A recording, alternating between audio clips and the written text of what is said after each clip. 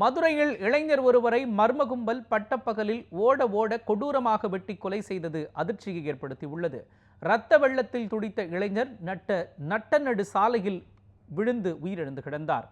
மதுரை ஆரப்பாளையத்தில் மக்கள் நடமாட்டம் மிகுந்த தெற்கு மாரட் வீதி வழியாக சதீஷ்குமார் என்ற இளைஞர் சென்று கொண்டிருந்தார். அப்போது இருசக்கர வாகனத்தில் வந்த 4 பேர் கொண்ட கும்பல் பட்டப்பகலில் தங்கள் கொலைவெறி தாக்குதலை நடத்தியது. அருவாள் போன்ற பயங்கர ஆயுதங்களை கொண்டு சதீஷ்குமாரை ஓட ஓட வெட்டியது.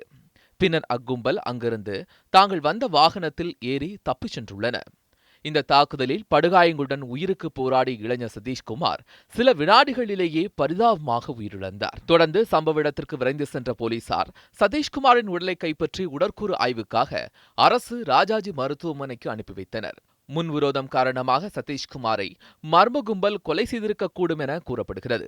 இதையடுத்து கொலை நடந்த பகுதியில் உள்ள சிசிடிவி கேமராவில் பதிவான காட்சிகளை கொண்டு போலீசார் கொலையாளிகளை வலைவீசி தேடி வருகின்றனர். பட்டப்பகலில் நிகழ்ந்த இக்கொலை சம்பவம் அப்பகுதியில் அதிர்ச்சி ஏற்படுத்தியுள்ளது. மருது பாண்டியன், நியூஸ் 7 தமிழ், மதுரை.